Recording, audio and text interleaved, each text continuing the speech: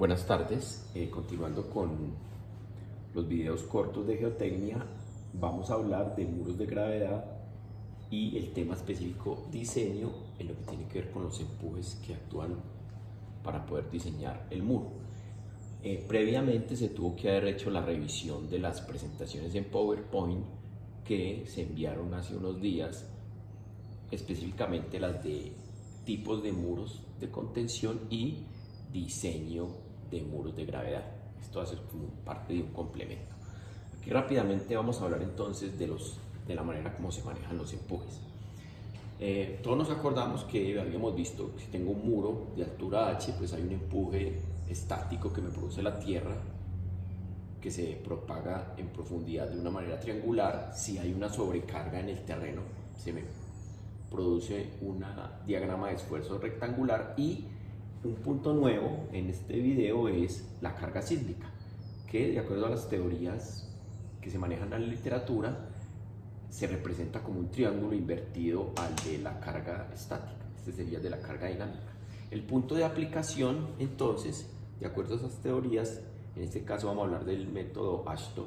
Hay otro método de mononovio Cabe que también está en las presentaciones aquí, y el de AASHTO también se encuentra ahí, pero vamos a específicamente hablar del método AASHTO porque es, digamos, más rápido y más fácil de manejar. Entonces, en ese caso, el punto de aplicación de la fuerza concentrada es 3/5 de H. Como habíamos visto, P sub A es gamma H2 sobre 2K sub A, PQ es QH sub A, y de acuerdo a la metodología AASHTO, PA es igual a 3/8 K horizontal por gamma H cuadrado. En este caso, K horizontal es el coeficiente horizontal de diseño que se saca de la norma sismo resistente. Para cada municipio de Colombia, pues habla un coeficiente horizontal. Ese es el valor de KH. ¿Qué teorías se manejan para el diseño de empujes? La teoría de Rankine, que ya la vimos con suficiencia hace unos cuantos videos, y la teoría de Coulomb. La teoría de Rankine, digamos que no considera la fricción suelo-muro, no considera esa condición. Por tal motivo, los empujes actuantes se manejan en un plano vertical en la parte interna del muro. Si este es mi muro de gaviones, usted ya hizo la revisión pues, de cómo eran los muros de gaviones.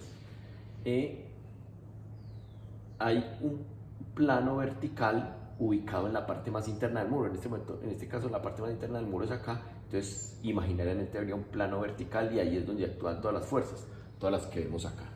Pero, ¿qué sucede si en la superficie del terreno, este es el terreno, hay una inclinación alfa?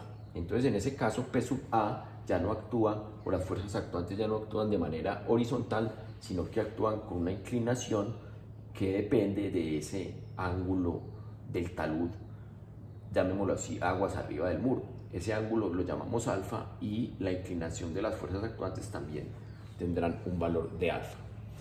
Entonces, cuando tengo la teoría de Rankine y no tengo inclinación sobre la parte superior del talud, del muro, perdón, en la fórmula será K sub A igual a tangente cuadrada de 45 menos phi medios. Pero si tengo una inclinación alfa, entonces K sub A ya debe ser evaluado con esta expresión, que es función de alfa y del ángulo de fricción como tal.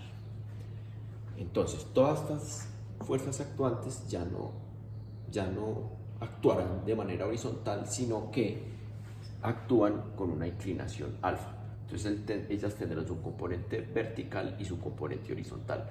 ¿Cuál es la que nos interesa a nosotros? Pues la componente horizontal, que se despejará en función del ángulo alfa. Otro punto importante en este dibujo, que aquí tengo dibujado un muro en gaviones, es que por lo general, cuando hay condición sísmica, es mejor trabajar con muros más robustos.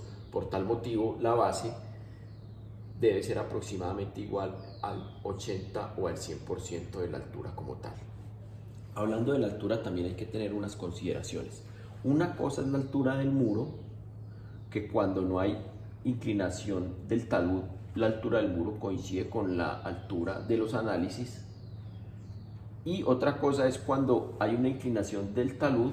Entonces, en ese caso, la condición de altura del muro será esta, pues obviamente propiamente la del muro, pero la altura para el cálculo en las fórmulas se debe utilizar es esta altura, imaginándonos ese plano que les estoy diciendo hipotético, AB, hasta donde llega la superficie del terreno. Entonces es sensiblemente algo superior la altura de cálculo que la altura del muro.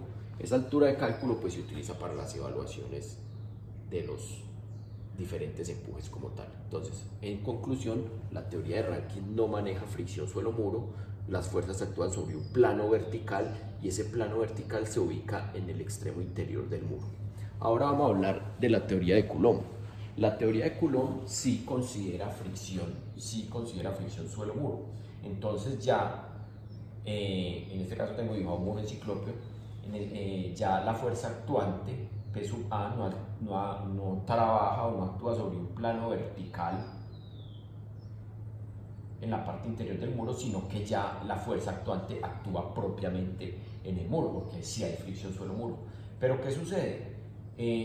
Esa fuerza P sub A, así haya o no inclinación en el talud, en este caso aquí hay inclinación, pero así no lo haya, va a actuar con un ángulo que se denomina delta, que se forma entre la perpendicular de la cara interior del muro y la fuerza actuante. Entonces delta es un valor de un ángulo que es el ángulo de incidencia de la fuerza P sub A. Ese ángulo delta se llama ángulo de fricción suelo-muro y ese ángulo delta es igual. En el caso de muros de gaviones se utiliza phi medios, donde phi es el material del relleno por detrás del muro, y en el caso de ciclopio se maneja 2/3 de phi, o sea que ese ángulo delta oscila entre phi medios y 2/3 de phi. Por lo general, muchos autores únicamente trabajan con 2/3 de phi, pero algunos otros hacen una diferenciación entre gaviones y ciclopio. Aquí también quiero mostrar que cuando los muros de gravedad, que en este caso sería de ciclopio, se manejan en condición sísmica, esta condición también son un poquito más robustos a los que se muestran en las presentaciones. En ese caso, la base puede alcanzar hasta el 100% de la altura y estos espesores de bloques de concreto son, digamos, mucho más robustos como tal. Entonces, digamos que estas dimensiones son las que yo les propongo cuando diseñen los muros y tengan en cuenta la condición dinámica.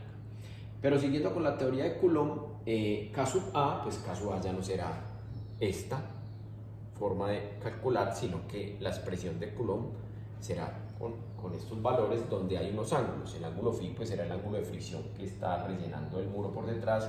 Hay un ángulo teta, que ese ángulo teta es este ángulo del espaldón del muro con respecto a la vertical, y habrá un ángulo alfa que sigue siendo el ángulo de la inclinación del talud. Entonces, en conclusión, cuando yo tengo la teoría de Rankine y el talud no tiene inclinación, aplico la fórmula que habíamos visto en temas anteriores. Si tiene inclinación, aplico la fórmula de abajo, donde alfa es el ángulo de inclinación del talud superior al muro.